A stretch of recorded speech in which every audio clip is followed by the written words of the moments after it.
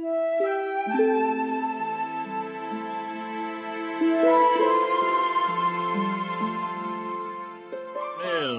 My name is Reagan Lipinski, and welcome to the basics of side scan sonar. We're going to be going over quite a few things today, and it's going to go really fast. Normally, this is an 8-hour block of instruction in a classroom that I give to first responders all over the world. So I'm going to kind of condense that 8 hours as much as I can into about 2, maybe 2.5. So plan on being here until at least 3, and we may push it over till about 3:30. If you have questions, put them in the chat room. There should be a chat room that you can go to on your screen and type the questions in. Just so you know, though, I won't be able to see those immediately. I will have to stop occasionally and check through that. But we'll make sure that we get everybody's questions answered before we close out this afternoon. Also, I'll be periodically admitting additional people to the room that are not in right now. And so you'll see my eyes kind of wandering off to the side, and that's because I'm checking the computer beside me. All right, so let's get started. We're going to start with the different types of sonars that are available. And there's a lot of confusion when it comes to agencies and them deciding what sonar to pick. Because there's all kinds of different sonars that are out there. And they know they need something. And then they see this big, broad price range, everything from a couple of $100 all the way up to over $100,000. And they think they can just get away with something small and cheap from West Marine that's used for fish finding, or they think they need the ultra, super fantastic device that can see everything under the water. Well, really, it's somewhere in between. And you need a couple of different devices to do your full mission. So we're going to go over today what those specific devices are, what their function is, and what their role is in evidence recovery. And then we will talk about how to get good imaging from those devices. So first, we will start off with the evolution of side scan. How did it start? Where is it going? And where are we at in the middle of that technology spectrum right now? Well, it started off way back in the 1930s and 40s with analog sonar. And what analog sonar is it's using sound instead of light to see underwater. And so we are using a sound signal, sending off across a distance. It's going to hit an object and it's going to come back. And so that sound echoes back and forth, and we can gauge the speed of sound. So we can calculate when the sound left to when it hits to when it comes back. And from that calculation of that speed of sound, we can get distance. Speed of sound is constant in water. So we can get the distance from the sonar to the actual object. And if we can move that sonar through the water, we can then calculate the distance along the side and paint a target. Okay, so we can paint an object under the water using the sound, and we can gauge the distance. That's how analog sonar worked. But as time went on, we wanted more information out of just distance, right? We wanted to know how hard the object is, what the object is made of, more than just distance away from us. Okay, and so in the 80s, digital sonar came around. By the 90s, digital sonar was the way to go. That was the mainstream. So digital sonar uses a little bit more advanced features than the analog sonar. And we can kind of explain that and talk about it how a dolphin sees. So a dolphin uses that echolocation to send out that signal and to time it to get distance. But the dolphin also knows how much sound it sent and how much sound returns. So I want to explain that a little bit, because the dolphin can not only see distance, it sees the density and the reflectivity of the object. And if we know the density and the reflectivity of the object, we can get a good educated guess on what that object is, whether it's concrete, metal, rubber, stone, bone, flesh, clothing, all of that. And so we need a lot more information than just that distance. Well, how does the dolphin get that? Well, they send a bubble of sound, and that bubble travels across, and as it's moving through the water, some of that sound energy is being absorbed by the water around it. And then when it hits the object itself absorbs some of the sound until it gets saturated. And then it reflects the rest of that sound. Well, then that sound bubble moves again back across the water. More of that sound energy is being absorbed by the water until it gets back to the dolphin. So the dolphin now knows how much sound left, the distance it traveled, it subtracts the amount of sound absorbed by the water, and then it can tell how much sound was absorbed by the object. That gives the dolphin the density. Well, in side scan, we use that same exact principle. And so we know how much sound was absorbed by the object and how much sound was reflected by the object. And we use that density of the object to paint it with a brighter or darker color. So brighter tones on the screen will be more dense. They reflect more sound. And softer objects will absorb more sound, and there will be a darker color on the screen. So the one thing about the dolphin, though, that's kind of iffy in the problems that we were having with digital is the dolphin can only send one sound at a time. So if we say we're using 900 kilohertz frequency, right? We'll talk about frequency later in the lecture, but we're just gonna use that number for now. You can pick whatever frequency you want. But if the dolphin is using 900 kilohertz and it sends that 900 kilohertz out, it has to wait and listen for that 900 kilohertz to return before it sends the next signal. If it sends one signal and then the second signal behind it, when this one bounces back, they will collide and cancel each other out. Well, you need that sound signal to go across, hit, and come back in order to paint the picture. So we can't send multiple sound signals at one time. So we send it, we wait and listen and listen and listen for that sound signal to return before we send out the next one. Well, what sometimes happens is we have noise in the water. There'll be geologic noise, there'll be electrical noise, all kinds of different noise in the water that is produced by anything from cars going over a bridge to an electronic power plant nearby. Anything can create noise in the water. Well, some of those frequencies may be the same frequency that you're using. And if they hit your frequency, they'll cancel it out, causing you to have a black screen. So if that happens, we've lost that signal. Now, it'll re-pick it up because the dolphin will eventually realize that that sound's not coming back, and it'll send another signal. But that takes a little bit of time. So you can miss some spots in your viewing. So to combat that, we developed what's called chirp sonar. Chirp sonar was developed in the 90s. Some of it was back in the late 80s, but it didn't become commercially available until the early 2000s, actually right around 2004, 2005.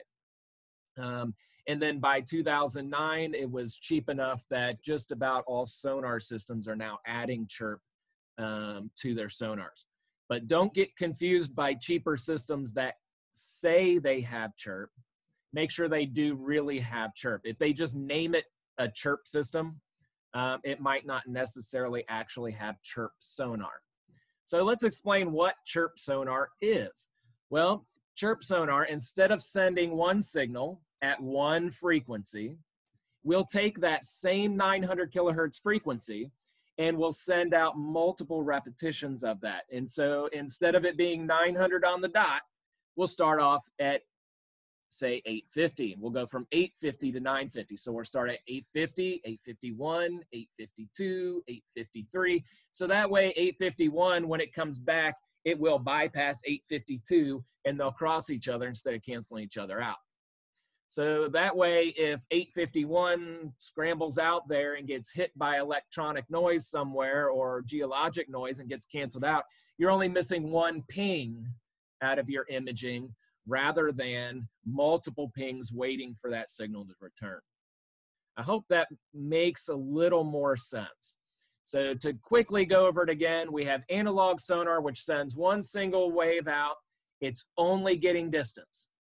Second, we have digital. That was the next advancement, and that we're sending out an amount of sound, and it measures the distance, and it records, or you can calculate how much sound left, how much sound returned, and that gives you the density and reflectivity of the object. But you're still waiting on that one single frequency to go back and forth. So then we evolved into chirp.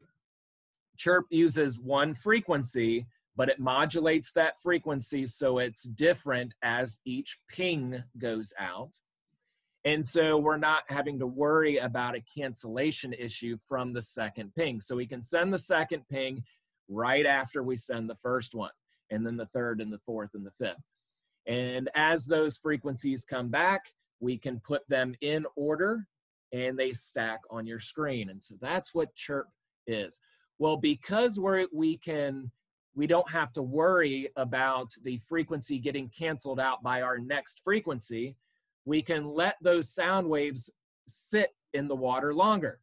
And the longer they're in the water, the further the range they can get. So you can actually get twice the range out of a chirp system than you'll be able to get out of a digital system. Digital and analog have about the same range. All right, well, that's enough about the evolution as we are today with chirp. We can quickly talk about the next advancements, which is going to be synthetic aperture sonar, or SAS sonar. Right now, SAS is available, but they're quite expensive, and most regular average units will not be able to afford a SAS sonar. Those are reserved for high-end government navies to get right now. But here in the near future, especially if you follow Marine Sonic, that we are developing a SAS sonar that will be affordable for smaller agencies. And we're looking right around in that $100,000 price range. But we'll be talking about SAS in a different webinar. And so we'll get into that later on. But that's going to be the next evolutionary step for side scan. All right, there we go. So, too far. All right. So let's talk about the different tools in the toolbox. What types of sonar are out there, and what type of sonar do you need? Well, everybody's heard of the basic side scan sonar. Well, what is side scan sonar? Side scan sonar is when you have a transducer that is sending out a signal that is coming back on two sides of your hull, of your towfish, of your sonar device. Okay, it's looking out to the side and coming back. Okay, so you'll have a center point with two transducers. It sends that signal out, it hits on both sides, and it comes back. It's looking out and down to the side, hence the word side scan sonar. Okay, there are two different types of side scan sonar out there that we're going to be talking about today. One is hull mounted and one is towed. For the beginning of this presentation, we're going to combine those two into one. So we can just explain what side scan is, and we're going to talk about hull mounted and towed as one system. When we get further in, we're going to break those apart and we'll discuss the differences between hull mounted and towed. So hull-mounted systems are things like Humminbird, Lowrance, Simrad. There's quite a few different companies out there today. They're all very decent companies and produce good imaging quality. And then you have what are called towed systems. Okay, so towed systems are usually more professional grade systems. And what it is that you have a device that looks like a missile that is wired to the boat, and your transducers are mounted onto that. And it gets lowered into the water to the right height adjustment off to the ground, and you get imaging from that. And so you have hull mounted and towed. All right. Next, we have what's called downlooking. Downlooking is like your depth finder. Okay. When you look at your depth finder, you can see across the bottom of the screen. It'll have, you know, the actual ground, what appears to be the ground, usually in like a rainbow color fashion. That rainbow color fashion usually has something to do with the density of the ground that it's hitting. But you're just seeing that basic shape of the bottom, and it's looking at a very narrow spectrum of the bottom. And so that's what downlooking sonar is. You can use downlooking sonar to do some location, but it's typically not the best tool to use. It's usually a backup for your other devices. Next, we have what's called sector scan sonar. So sector scan sonar is usually a tripod device that goes down, or it can be pole mounted, and you have to be still to use it. And it spins around in a circle, and it'll give you a 360-degree view of the water you're sitting on at that point in time. You can't move around with sector scan. It's used to monitor a very specific area. Some examples of sector scan would be like the Humminbird 360. That would be your more inexpensive side. On the inexpensive side is the Humminbird. On the more expensive commercial side, you have like the Kongsberg MS-1000, things like that. And so you can research those, but we're going to be talking about that imaging, and I'm going to show you some imaging from sector scan here in a minute. After that, we have what's called multibeam. Now, multibeam can come in a couple of different fashions. Again, they also have really expensive and really inexpensive versions of it. The ones that first responders typically use are diver handheld multi-beam systems like the Ditson. Or you have one mounted on your ROV like the Gemini or the Tritech or the Blue View. There's a couple of different models of that as well. But the multi-beam is what gets attached to the ROV, and then as your ROV is going under the water, you see like this flashlight view where you're seeing in front of the ROV, and as the ROV turns around and looks, you can see into specific spots. So those three, we talked about four, but really we're going to be discussing three different types today, which is side scan, sector scan, and multi-beam. Those are the three that you're really going to be using in your first responder experience. So let's talk about first side scan. So this is a view of the Marine Sonic C-Scan software, and it has very specific tools allocated for police, fire, and military. The Marine Sonic systems were designed specifically to locate evidence and recover and mark that evidence. However, there are several systems out there, and no matter what system you have, this class will help you out. And we're going to talk about some of the features of side scan and what you need as a first responder. Hull-mounted systems and some of the cheaper towed systems will give you imaging, but they will not record. Make sure you get a system that can record what you're seeing.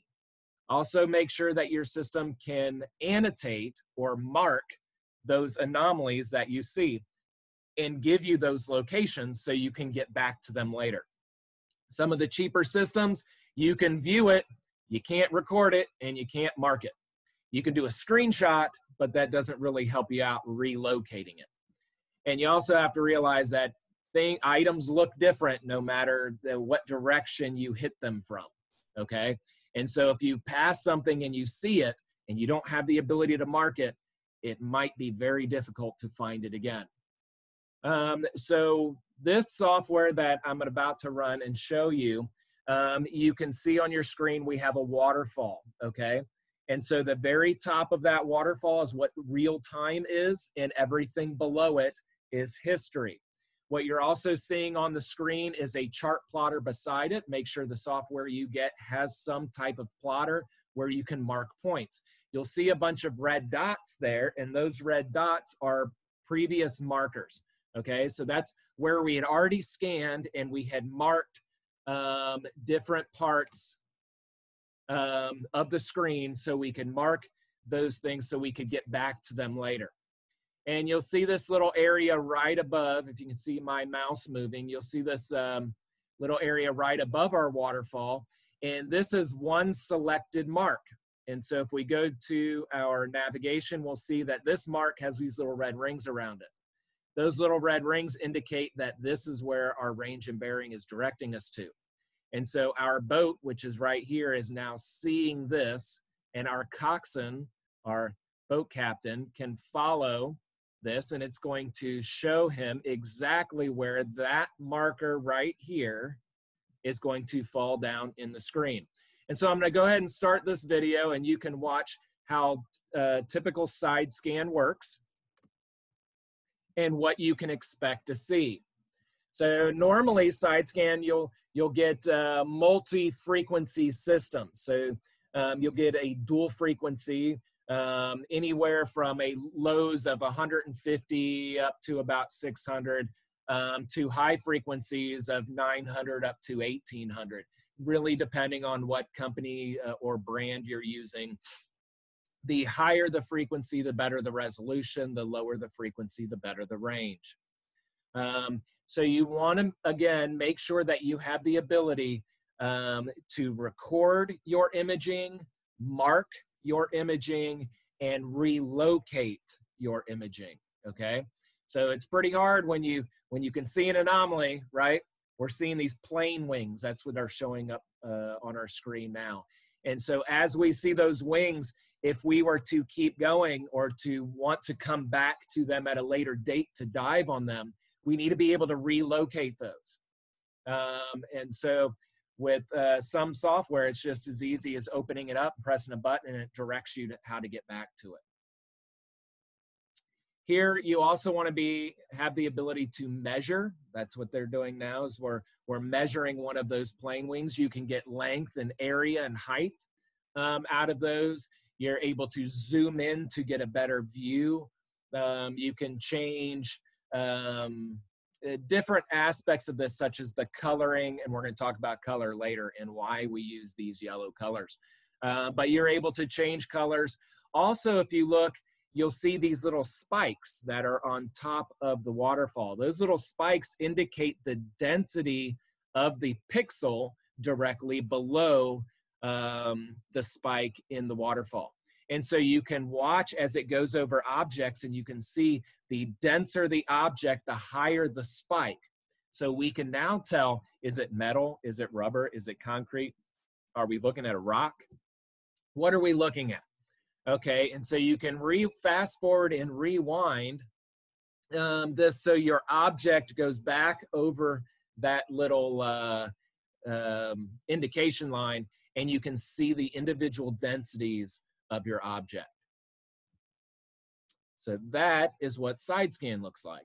Side scan is the backbone of what all devices you're going to be using in side scan. I mean, in Sonar. So side scan is what you're going to use to locate an object. Next, we have what's called sector scan.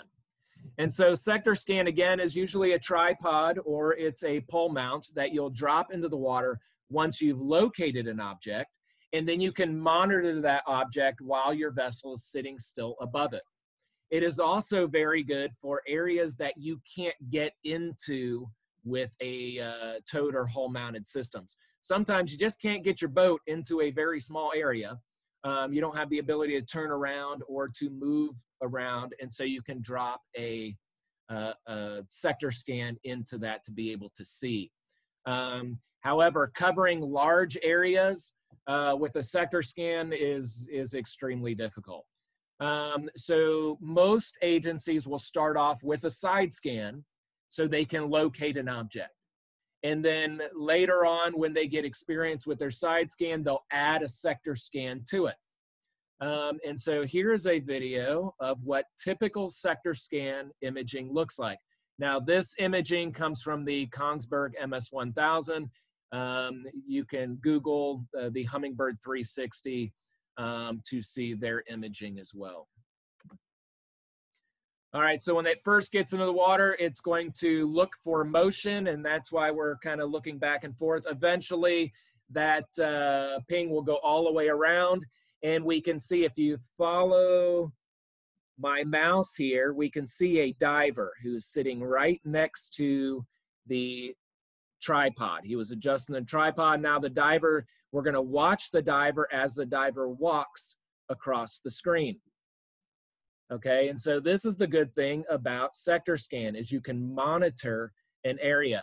And so that diver is going to walk across, and he's going to fiddle with something on this structure here that he originally found with side scan. So again, they use side scan, they located an object, they drop the sector scan in so they can monitor it, and then they send the diver in. And now with sector scan, you're able to watch your diver and the area. So if there were any dangers in the area that were coming in, they would be able to see that. So that is a representation of sector scan. Now we have what is called multibeam, or diver handheld, or ROV sonar. So again, this is the Ditson diver handheld sonar, or the Gemini Tritech Blue View that would be attached to an ROV. And how it works is, it's kind of like a flashlight pointing out, or if you were holding a GoPro and just videotaping around. You don't have the ability to mark targets on this. You can record it, but you're recording it like you're recording a movie, and so you can't go back and analyze afterwards. So I'm going to play this little video, and again, about the same area. And so this is attached to an ROV, and the ROV is swimming along the industrial structure that's there in the picture. And so you can see as it's going, the top of that little triangle screen is where the sonar would be. And then you're having the field of view as it comes out. And so I'll play that one more time as we continue to talk. And again, it's wherever you're pointing it is where you're going to be able to see. And so this is the type of sonar that you're going to hand to your diver. So again, you'll start off with side scan sonar to locate in large areas. Then you'll drop your tripod so you can monitor your diver. And then your diver gets in the water with a multi-beam so he can see himself. Okay, or ROV in the water so you can follow the path of the ROV. So those are the three main types of sonar that you'll be using. And those are also the three levels at which you should get them. So you would, again, initially start with the side scan. That's going to be the backbone of your searchability. Then probably add in a sector scan. And then if your budgets still allow, add in some multi-beam. Now these systems, they do have several price ranges associated with them. So and those price ranges, when you're looking through them, do come with several different features.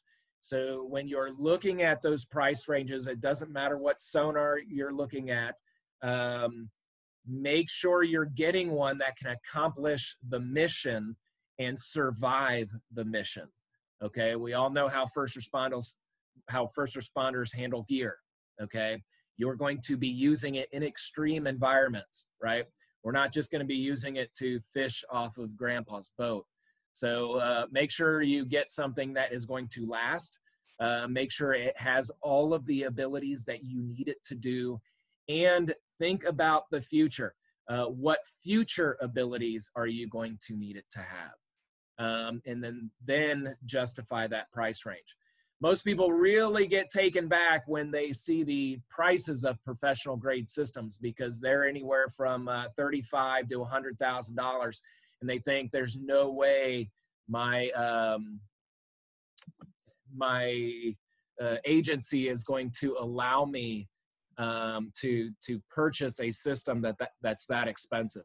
Well, you can justify the costs of these systems, and we'll talk about that in another webinar, because it's actually cheaper to get the more expensive systems than it is the less expensive systems when you're talking about time savings. The amount of time it takes to train you, how much time you're spending on the water doing these locations, how much boat fuel, all of that stuff adds up. And the faster and easier it is for you to locate your victim in the water, the more time you are saving, the less money you're spending. But again, we'll talk about that more in a future webinar. Let's go to the next. All right, so now that we've talked about the different types of sonar, let's talk about how to get some good imaging. There's a couple of key steps that you have to follow in order to get good imaging. So we're going to start off with our first one here in a second, but make sure you write these down. Again, there's only 4 steps, and if you follow those 4 steps, I don't care what side scan sonar or what type of sonar you are using, you will get good imaging. But again, you have to follow those 4 key steps, and people miss these steps all the time, or they take shortcuts with these steps. And when they do, or they don't have that knowledge base in their head, they just start fiddling with everything and changing settings all over the place, and their imaging gets worse and worse and worse, and then they get frustrated and they stop using it. So let's talk about the first one. The first step is identifying your target. What is your target? Okay, what is it? What am I searching for, and why? Okay, so your target is typically something your dispatch has set you to, right?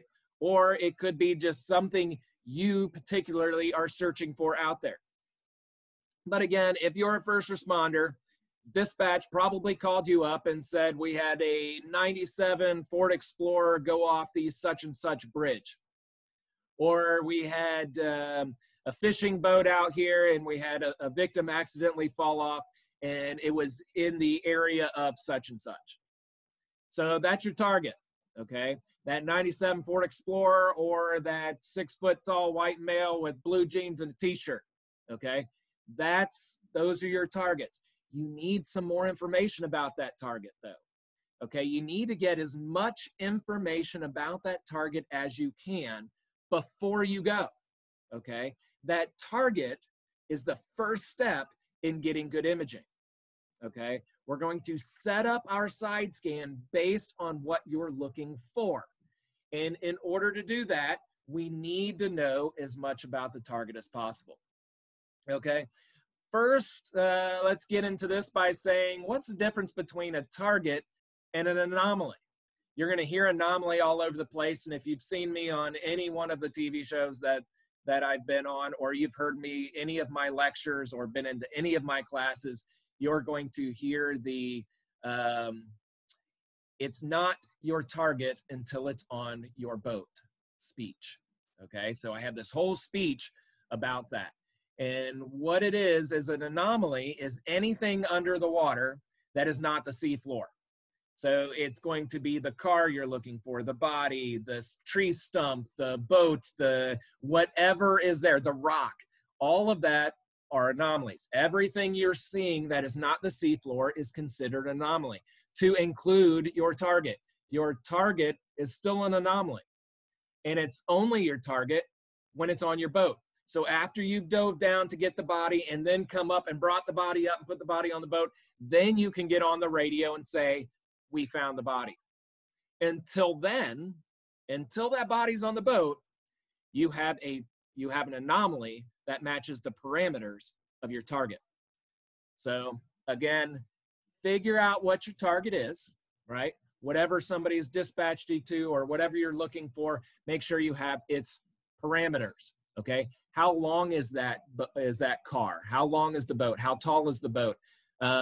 What is the wheel width of the vehicle, okay? If you can figure out what type of car it was, like a 97 Ford Explorer, you can open up your phone and Google specifications of a 97 Ford Explorer. It'll give you everything you need to know about that for your search. So again, make sure we have all of the information, who, what, when, where, why, and everything physically about that target as you can. Then on your way out to the scene, you want to picture in your mind what that object looks like from all angles, okay? Because objects, when they fall in the water, don't just sit up. So that car is not going to sit on its wheels right there in front of you. Most likely it's going to be upside down. If cars fall into water deeper than the length, then they end up flipping over. It's about center of gravity. Center of gravity is in the middle of that engine block. Engine block's in the front upper half of that car. So it's going to cause it to flip upside down. And so 9 times out of 10, if a car goes off a bridge, you're going to see it upside down. If you see a car on its wheels, like the one in the imaging here, that left image, or it's left on my screen, the tall one, that is an old, looks like a 1980s sedan. That we're seeing the back window, and the trunk is the highest portion of that, and the hood is the lowest portion of that. That rolled in off of a boat ramp. So if you see a car on its wheels, that the wheels are touching the ground, most likely it was placed there or it rolled in. If you see a car that is upside down, most of the time it fell in from a greater height than the car is long. Okay, so that would give the ability for the car to flip and then sink. That's how that works. All right, so once we've figured out our target, again, that's number 1 in our 4-point system here, we're going to move on to point number 2. Point number 2 is, what frequency should I use? Okay, well, some systems out there will only have a single frequency. And if you only got a single frequency, that's the only frequency you got. But some systems out there, typical professional grade systems will have at least 2 frequencies. You're going to have a lower frequency that you're going to use for your search, and then you're going to have a higher frequency that you're going to use for the identification of the object. So we need to decide what the difference is in frequencies. Why do we need 2? Why do we need a low and a high? Or what's the difference between low and high, or even high and higher, or low and lower? What are the differences between all? What does all that mean? Okay, and so we can figure out what our frequency is going to be based on our target. Okay, so target defines frequency. Okay, so we're going to choose a frequency that is going to give us the best imaging of our target. All right, so now let's define frequency. Frequency isn't only dependent on sound, right? There's frequency in everything. So the basic definition of frequency is how many times something happens in a given period of time. Okay, how many times do I have to ask my kids to take their socks off the stairs? How many times does my wife have to ask me to put my dishes in the dishwasher instead of in the sink? There's a frequency to that. How many times it happens in a given period of time? Well, sound also is in frequency. And when we're talking about the frequency of sound, we're talking about how many waves or peaks of wave it has in a given period of time. Okay, so if we have 1 second, beginning of the second, end of the second, and we send a sound wave across that 1 second, how many peaks will it have within that 1 second will determine our frequency. All right, so frequency is mostly, frequency of sound anyway, is mostly expressed in what is known as hertz. Okay, And if you have 1,000 of those vibrations or more within 1 second, it's known as a kilohertz. Most side scan is mentioned or labeled in that kilohertz frequency zone. Okay, but don't get confused by if these new marketing ploys out there saying that we use megahertz, or we use kilohertz, or we use gigahertz. Okay, it's all interchangeable, right? It's like feet versus inches. You can tell somebody list their height in inches, or you can list their height in feet. Okay, you just need to be able to calculate back and forth so you can really gauge what frequency system you're getting versus another system that's out there. So a lot of people out there right now watching are using this video to determine or help them decide between a couple of different manufacturers. All right. And so when they're deciding that, they're down in the lower or down in the bottom of this slide, you will see the translation between kilohertz, megahertz, and gigahertz systems. So if you see 12, if somebody says we're using megahertz and we're using 1.2 megahertz and it's better than everybody else, well, translate that to kilohertz. So 1.2 megahertz would be 1,200 kilohertz. So if you have 1,200 kilohertz, there are systems out there with 1,400 kilohertz, 1,600 kilohertz, and ours, Marine Sonic, has the highest in the industry of 1,800 kilohertz. So 1,800 kilohertz is much higher than 1.2 megahertz. But you wouldn't know it by the marketing schemes. So make sure you do that cross calculation and figure out what they are in apples to apples versus apples to oranges. All right. So now to talk more about frequency, if you look at that guitar picture. So right now, we are looking at the inside of a guitar, okay? And we're gonna see those guitar strings.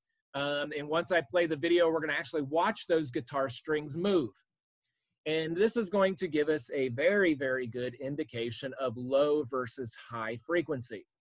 So anybody who has ever heard a guitar get strummed can tell you that the big fat string on the top is going to be our low frequency, okay? The little tiny skinny string on the bottom is going to be our high frequency, and all the strings in between are going to be greater, higher and higher as we go down to the skinny string. The skinnier and thinner the string is, the higher the frequency is going to be. That's the same with sonar transducers. If you look at the side of your sonar, you will see these kind of rectangular boxes, right? Those rectangular boxes are actually your transducers, okay? And those transducers are ceramic tiles that are inside plastic or PVC or aluminum housing. And what is happening is there's an electronic shock that is happening in there that is shocking that ceramic tile, and so it's expanding and contracting. Every time we add a shock to it, it expands. Every time we take the shock away, it contracts. Well, the size of that transducer is like the size of the guitar string. The bigger the transducer, the lower the frequency, okay? The smaller the transducer, the higher the frequency. So when you look at the side of your sonar and you see that big box and the little box, the big box or the big rectangle is going to be your low, and the little box is going to be your high. So what does that look like in real life and in real time? Let's play this video and find out. I'm gonna play it a couple of times and we're gonna talk about the differences.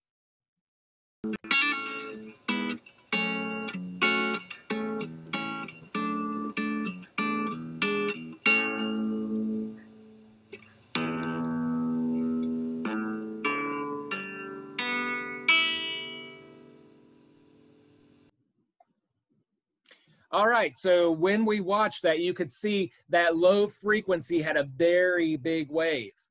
And the difference is the high frequency, that is the higher you got, the waves got smaller, okay? So the first indication of the difference that we're going to talk about is the size of the wave.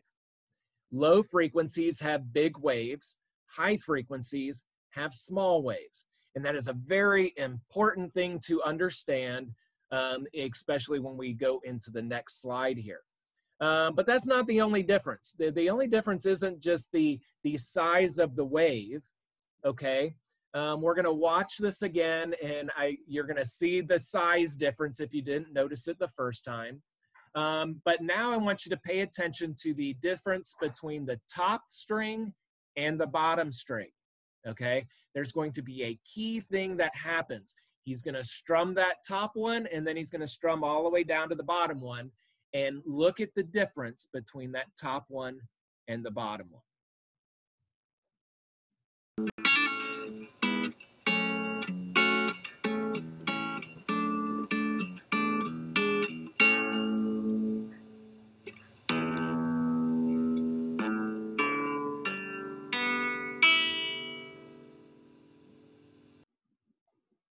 Did you catch it this time? All right, so the difference I'm talking about is the length of time that vibration continues. If you watch the top one, he strummed that well before he strummed all the way down to the high frequency. And so that low frequency was still going after the high frequency had already stopped, okay? And it's because the low frequency can hold more power. Okay, it has more power to go further into the water. Okay, so because it's a big fat transducer, and it's a big fat string, and it has these big sound or big frequency waves as it goes through, it can hold more energy to go further in the water and still have enough energy to come back. So our low frequency is good for very long ranges, and the lower the frequency, the further the range you get. Okay, so that means high frequencies run out of power quicker. Okay, so if we watch the high frequency, it went, but it quickly dissolved. Okay, so high frequencies can't go as far, so they have shorter ranges. So again, to reiterate that, low frequencies have very good range. High frequencies have very short range. Well, why wouldn't we just use low frequency all the time? If we want, to be able to see, we want to see at a good range. So why wouldn't we just use low frequency all the time? Throw out the high frequency, but you need it. Why? Because high frequency gives you better resolution. Well, how does that work? Let's get to the next slide and talk about that. So we saw in the guitar string that big giant wave from that low frequency. Well, it's that wave is all connected. It's not broken up, right? So it's one continuous wave as it goes out. Well, when it hits an object, it's going to hit it, and it's going to, some of that sound will absorb by the object and some will bounce back, okay? But if there is a separation in the object, what it's going to do, like the top of your screen here. So if you're looking at the slide, we have two rocks, right? That big giant sound wave can't fit between the two rocks. That's why I outlined this one in red, this little arrow, because that sound wave can't fit. If it can't fit, we can't resolve the difference between the two rocks. Resolve is resolution, okay? So if it can't fit through, it's automatically going to bounce back once it hits the two rocks, and it will make your imaging appear as if there is one rock instead of two. So now if we look at this far image over to our right, we can see the two rocks. The wave could not fit between them, and so it makes the two rocks look like one rock. Make sense? Now we're going to look at the bottom and look at high frequency. The higher the frequency, the smaller the wave, the more spaces it can fit through. Okay? So you will be able to distinguish things. If you have a really, really high frequency, you'll be able to see fingers, okay? If you don't have high frequency, you're gonna see a mitten, okay? You won't be able to distinguish the difference between the two fingers, or two rocks, or two tires, or two whatever on the bottom, okay? So you get higher resolution out of higher frequencies because the waves are small enough to fit in the cracks and crevices of the object. So you'll get higher resolution, again, out of higher frequency. But again, that higher frequency doesn't have the energy to go out and come back at long distances. You'll run out of energy. So you'll typically start with a lower frequency to do your search. And then you use your higher frequency to get better resolution after you've found your object with the lower frequency. So start with your lower, scan, find your object or multiple objects that are out there. And again, those are anomalies that match the parameters of your target. And then you're going to raise your frequency, lower the towfish, scan again, and then see the image at a higher resolution. Okay, so this is how that works. And again, so if you look at the two images on your left, the top one, it will combine the two objects together to make it look like one object. And the lower image here, we're seeing the wave or the frequency can fit between the two rocks, and it will distinguish the two rocks from each other. So you see two rocks instead of one rock. That's the quick difference between low and high frequency. You need to understand that difference, and you also need to understand what resolution your particular frequencies can handle, okay? Because you're going to need to size, to use that frequency to see the size object that your target is, okay? So if you're using if you're trying to locate a body, bodies can be found anywhere from about 600 kilohertz all the way up to 1800 kilohertz. Any one of those frequencies between 600 and 1800 are going to give you decent images of a body. But that 600, you're going to see basically a stick figure. The higher the frequency you go, the more details of that body you'll be able to see, okay? So when you get up all the way up to 1800, then you can start seeing fingers and tread on the bottom of shoes, okay? So think about what you're looking for and adjust your frequency for that mission. Let's move on to number 3. So again, we started off with target. Our target determined our frequency because we needed to know resolution. And then our frequency is going to determine our range, okay? So the frequency and the target, both of those will determine our range. Range is one of those things that people want to go in and see as far as they can, right? So they're going to range out and try and cover as big, vast area as they can all at one time, and they end up missing their target. They miss their target. Hang on, we got somebody just joining us. All right, so we got another attendee just joined, or they're joining now. All right, and so to quickly recap, you need your target, and understand your target. That picks your frequency, and then your frequency and your target are going to help you select a range.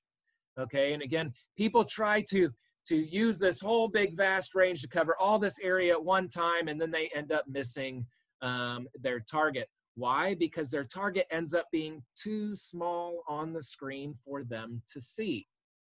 So if we look at the image here in the PowerPoint presentation, you'll see that gold line in the middle. That gold line is part of the nadir.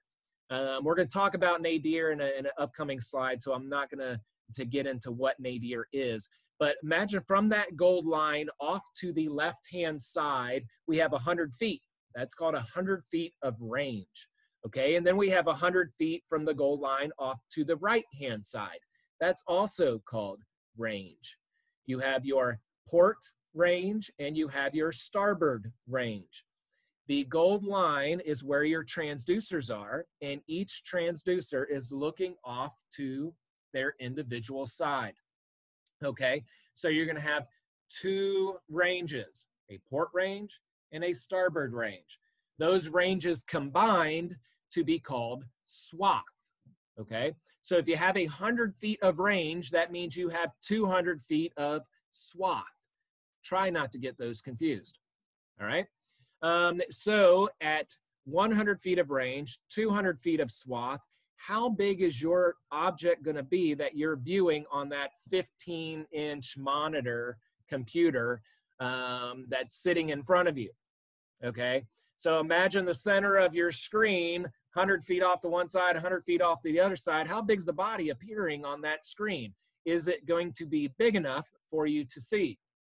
So you may have a decent low frequency, like say 900 kilohertz, right?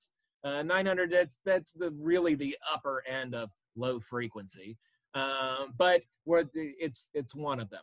So 900 will give you 280 feet or so of range off to one side. That's over 500 feet of range. We'll just call it 300 feet of range on one side, 300 feet of range on the other. That's 600 feet of total swath. How big is that body going to appear on your screen? It's going to look like a couple of pixels. Okay, so, and we can see this by, if you can see my mouse and I'm circling my mouse around this rock. That rock is approximately 5 feet long, okay? And so 10 feet would be, I don't know, from about here to about here. That's 10% of this distance going across. So at 100 feet of range, that's about how big your body is going to appear on the screen. Would you, as an inexperienced side scan operator, be able to tell that that is or is not a body? I don't know. It's up to you. You can claim it to be a body. You can say it's a body, but until it's on your boat, it's not really a body. But you don't want to make the continuous mistake of saying it is or it is not, because we want to range in, okay? Take that 100 feet of range down to, say, 65 feet of range. That's about, hint, hint, that's about the perfect range for body recovery, because it's going to make the body appear bigger on your screen, and it's going to give your eye the ability to recognize the different appenditures and things on the body, like arms and legs and head and things like that, to give you a better indication of whether or not it's a body. And so I use what's called the rule of thumb method. And how I do it is I sit back as far as I can from my computer screen at about an arm's distance, okay? And then I hold out my thumb. And I know my thumb, I can see it, right? I can see the sides of it. I can see the wrinkles. I can see the thumbnail there. And I can make out all of the differences in my thumb, okay? And so what I usually will do is I can hold my thumb up to my screen and I can adjust the range within my sonar. So my thumb is the distance or the length of my target. And that way I can just, when I see an object come down, I can immediately throw my thumb up there and kind of get a good reference for its size or its length, okay? And since I can see all the details in my thumb, I know it should be big enough on my screen for me to see the details of the object or the target that I'm looking for. So that's a good thing. Again, we call that the rule of thumb. And it doesn't matter if you're looking for a body or a tractor trailer or a large giant ship. Make it the size of your thumb, right? Change your range, adjust your range so the object's that size. Some people will go out and they'll try and max out their range. They'll range out as far as they can, and it will make their target about 3 pixels on the screen. So the side scan will see the victim, but you won't, okay? It could be very, very teeny tiny, or it can be very, very big. It's all about how you select that range. And so your range, again, will be determined by your frequency and by your target. So make sure, again, third step down, start off with target. Somebody's sending you to find something. Then we determine the frequency, how much resolution do we need to see of that target, and then we set our range. And we set our range on how big we need the object to be on the screen. Now you're going to see a couple other things listed down there at the bottom that are factors to setting range, like the amount of detail needed, the limitations of frequency, speed of search, and things like that. We're going to talk about that in another separate webinar specifically about range. But for now, size a target. Make sure you set your range so the target will be big enough on your screen that you can identify what it is. Hope that makes sense. Now we're going to move on to the fourth key feature, fourth key thing on how to get good imaging. And again, I'm going to reiterate it one more time. We started off with target. We went to frequency. From frequency, we went to range.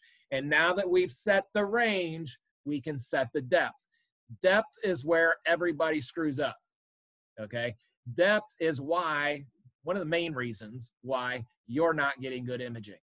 You don't know where to set that toefish in the water column to get the imaging, okay? People think if they get it really, really close to the object they're looking for, they're gonna get better returns on their imaging, okay? Or if they're scared to put the toefish in the water because they might hit something, so they put it all the way up at the top of the water.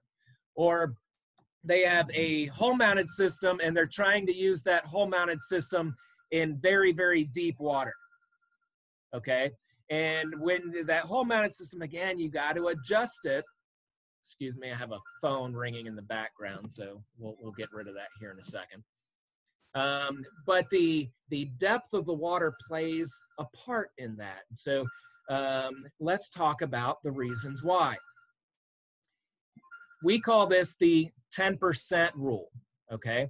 So whatever your range is set to, so if you have 100 feet of range, we need to set the depth of the sonar to be able to see that 100 feet, okay? And we call this the 10% rule.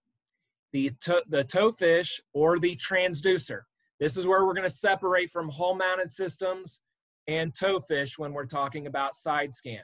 So we're gonna mention the transducer. Doesn't matter if it's mounted on the hull of your boat or if it's mounted on a toefish. The transducer for the sonar needs to be 10% off the ground of the range that you're looking out.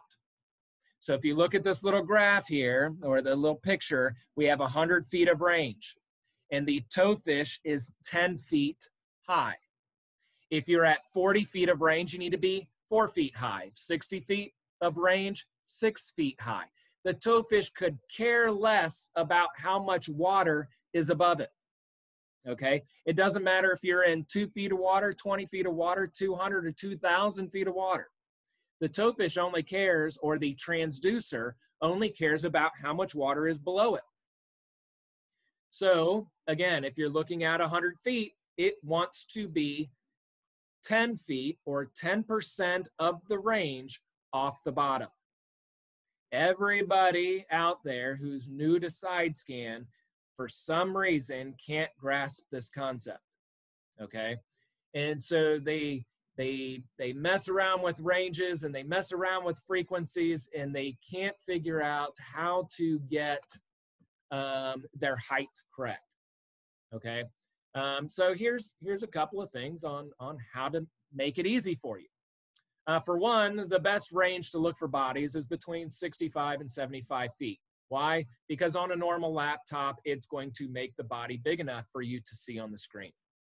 So at 70, we'll just put in the middle of that, 70 feet of range, how high do you need to be off the bottom? 7 feet. So at 7 feet high off the bottom, you're able to see along the bottom and in the water column and all of this space really clear, okay? Well, why is that? So we call this the flashlight theory.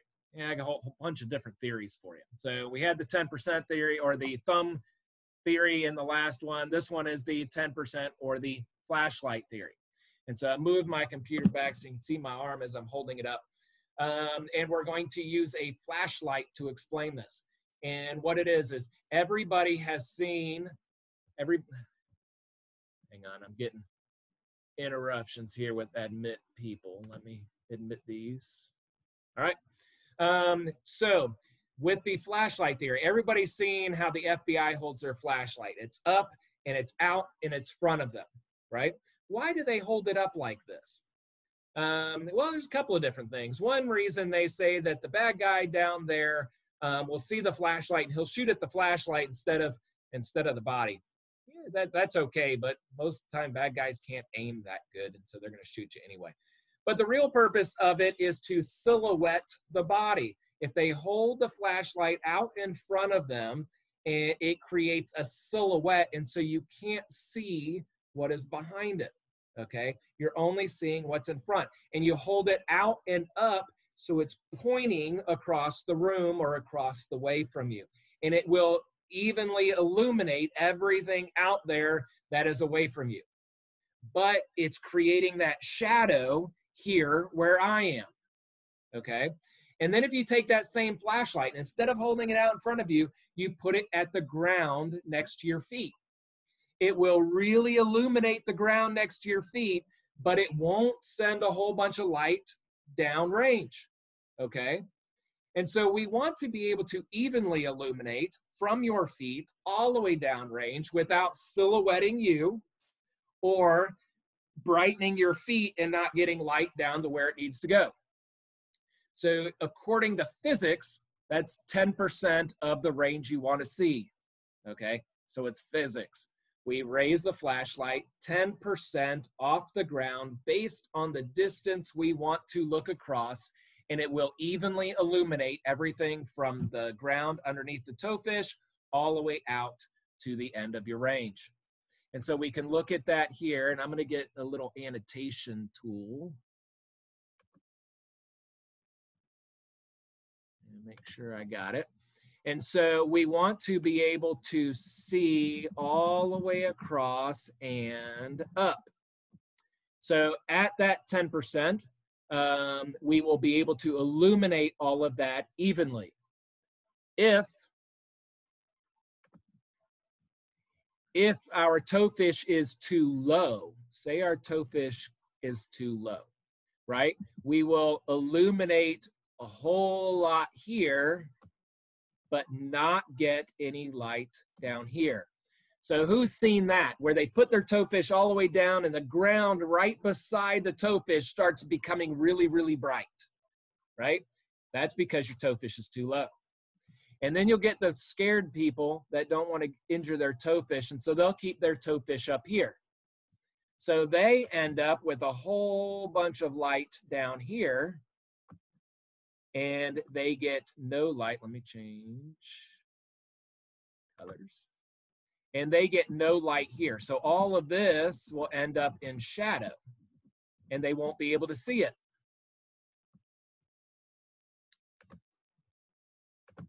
Clear all my little drawings out. So that's the reason for it. If we raise the toefish, we get too much light here and not enough light here. If we lower the toefish, we get too much light here and not enough light out there. So you want to be at that 10%. And that 10% is going to give you even illumination across the bottom and up to your height. I hope that makes a little more sense. So now how does that separate toefish from hull-mounted systems? All right, well, let's think about that for a second. If we are in, I gotta break my annotation tool back out. If we are in 50 feet of water, right? We are in 50 feet of water. That means the transducer is mounted of your hull-mounted Hummingbird, Lowrance, Simrad, whatever. It's mounted right here.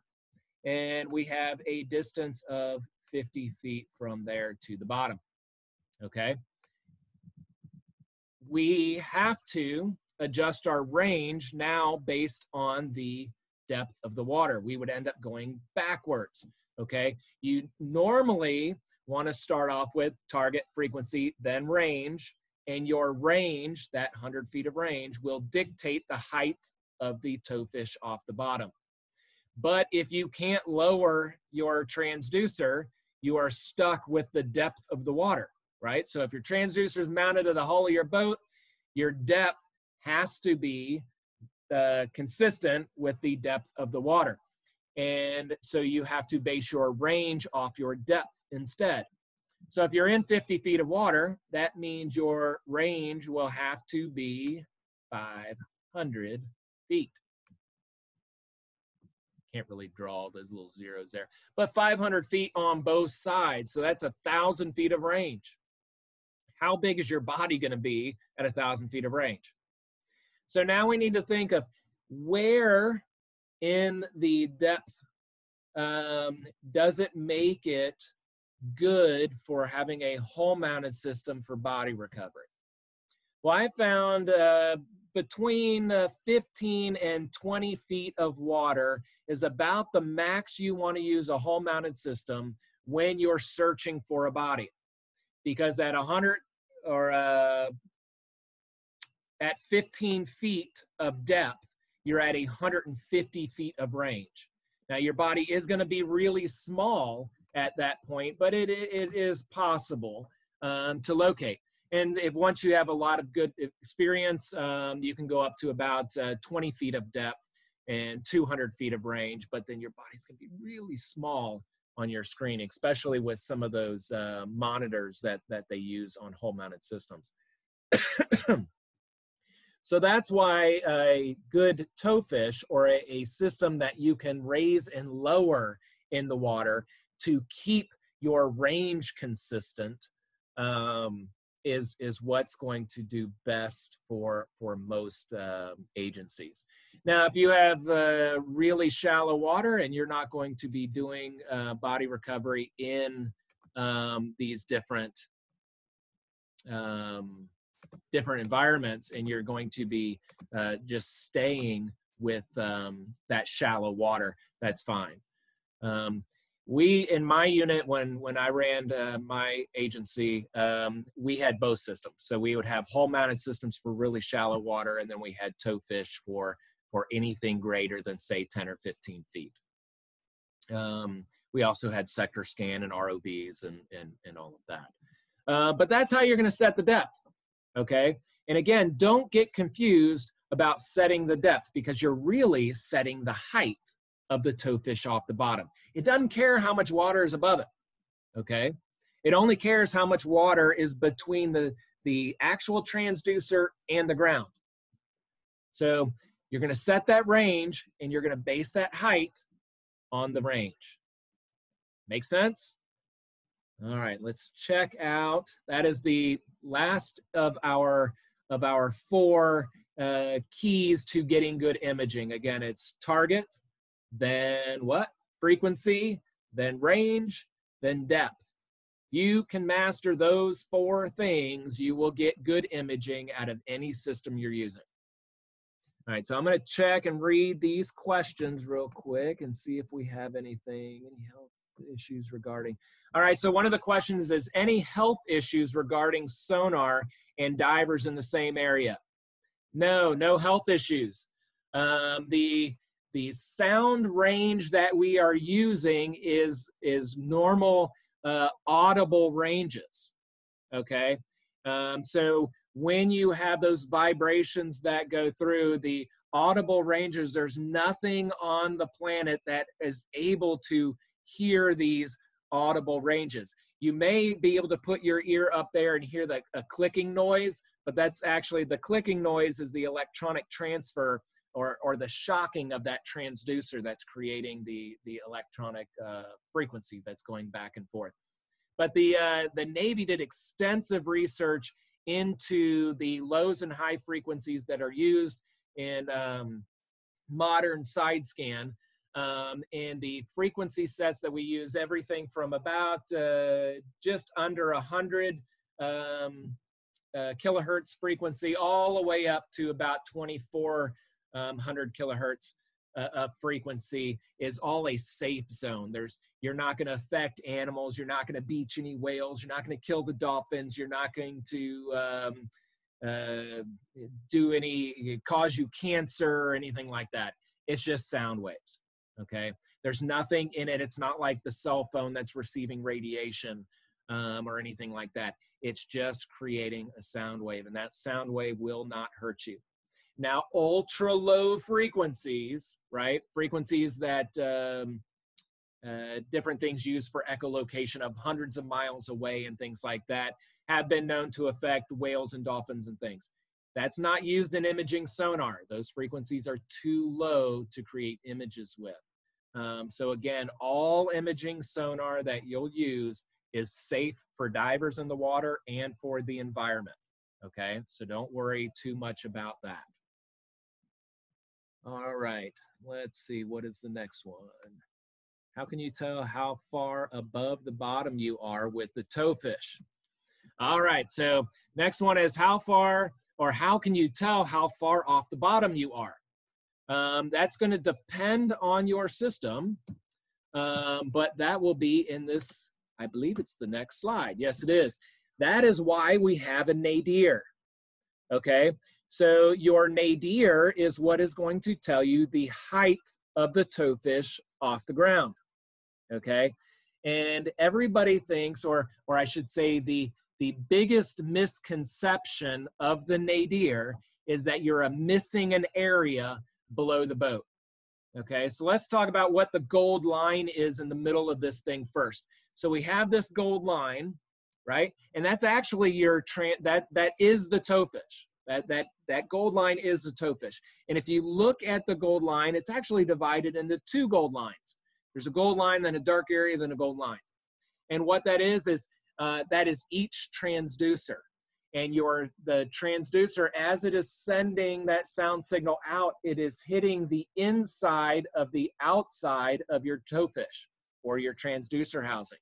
And so that first immediate return is this gold line. And so that is a awesome indication of where your towfish or where your transducer actually is in relation to the world around it. So now, what is this black area? So we see this black area between our transducer and what we call the first bottom return. The first bottom return is where the ground starts, okay? And so you'll see right there where the ground starts is your first bottom return, okay? And then we have this black area between the two.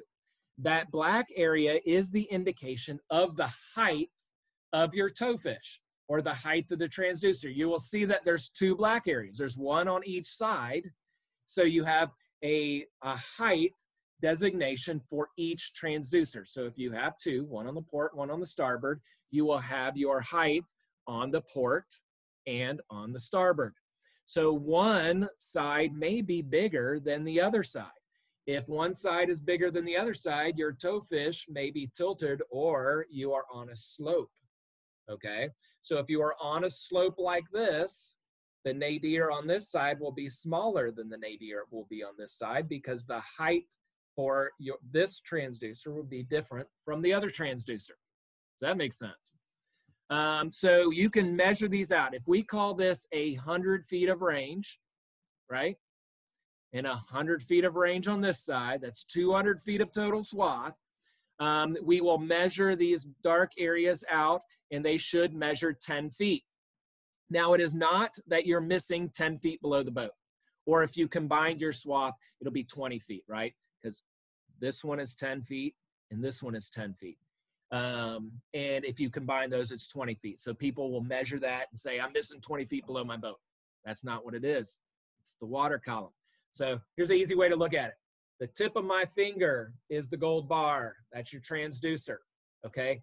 My hand is going to represent the dark area, right?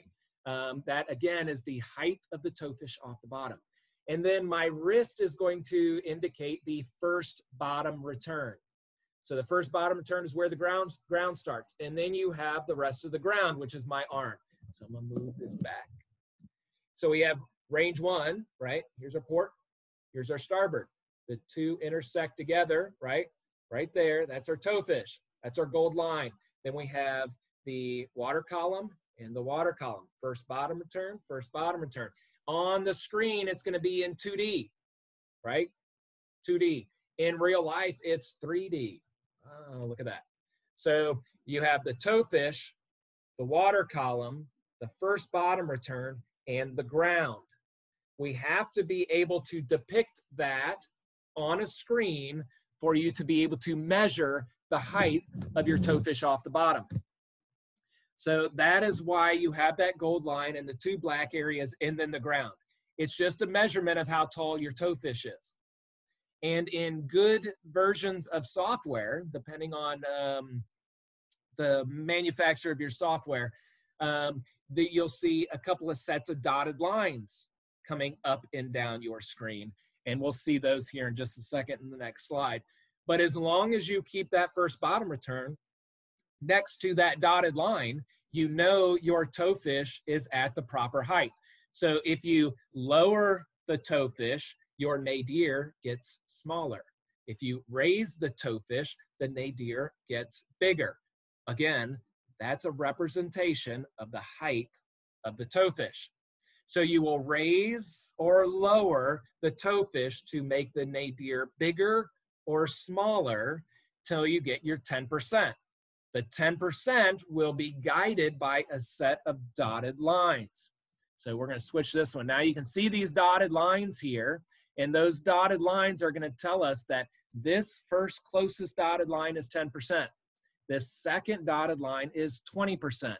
We want to make sure our nadir, or our first bottom return, falls between those two sets of dotted lines, closer to the 10% line. The closer we are to the 10% line, the better the resolution we will get out of the system.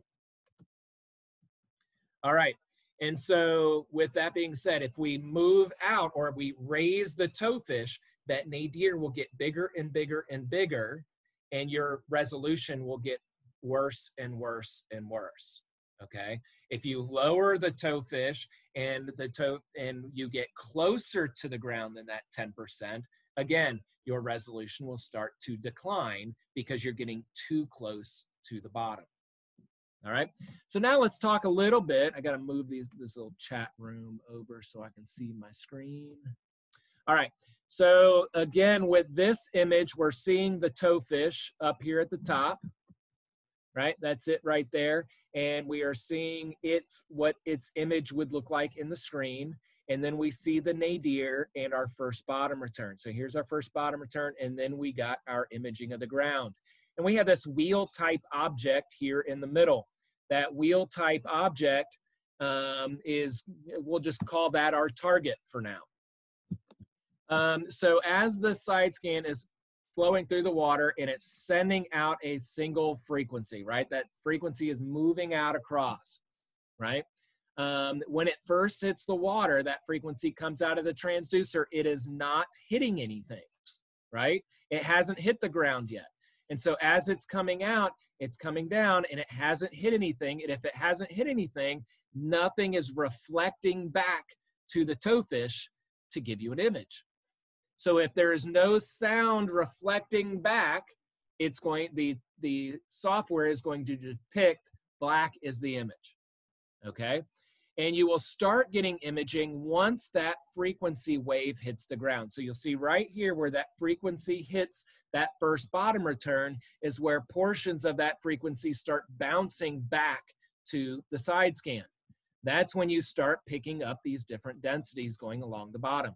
So then as the frequency starts moving across the screen, more and more of that frequency is bouncing back to the toefish, and you are getting all of these pixels in here. Now remember, it's only doing that very top row of pixels at a time, but we're gonna talk about this pixel as it goes through the middle of our wheel here. So here's our wave again. It's moving forward and across our screen, and once it hits our wheel type object, this whole lower half of that frequency wave is going to either be absorbed by our object or reflect back to the toefish. The amount of sound that reflects back to our toefish will give us this bright line right here, okay? Now, again, because it's a big chunk of sound that's going back all at one time, that's why we get this bright mark here, okay? The darker shades are lower densities or lower reflections, okay? And so now the wave is going to travel across the top of our object, and it's still returning sound, right? And that's why we get all the imaging from inside our wheel. But then the frequency wave comes to the end of our wheel type object. Well, our wheel type object is off the ground. And all of this frequency right here was already sent back. So once our frequency exits the top of the wheel, it's no longer touching an object. If it's not touching an object, it can't be reflecting sound back. So we have to wait for that wave to hit the ground again before we start reflecting energy or reflecting that frequency back to the toefish. So everything where the wave is not touching the ground, we get a shadow. Make sense? Because this portion was already sent back. We can't regrow the wave in the middle of its scent, and so we have a missing wave out here. And so once it hits the ground again, we start reflecting more sound off the ground, and we again create an image. So that's the difference of how all of this frequency works. Okay, so we can see that frequency go across and we hit an object. Again, the more dense the object is, the brighter it will be because it is reflecting more sound. We'll talk about that in a further or a different webinar. We're going to break all of these individual topics down further. Today, we just want to get a very basic grasp of what's going on. So one of the things is, why yellow? Why the yellow color? Well, it's an easy yet complicated question because you can change the color to whatever you want. But you may change to a color that you can't see. So a great portion of our population is colorblind to different colors. Yeah, whether it's reds or greens or blues or you name it. A vast portion of our population is colorblind to certain colors. But if you're colorblind to green, it doesn't mean you can't see green. It just means you can't see all the shades of green. If you can't see all the shades of a particular color, then it would be hard for you to tell the difference between the different densities of the objects you're hitting. Because every object has a completely different density than another object. So we use yellow.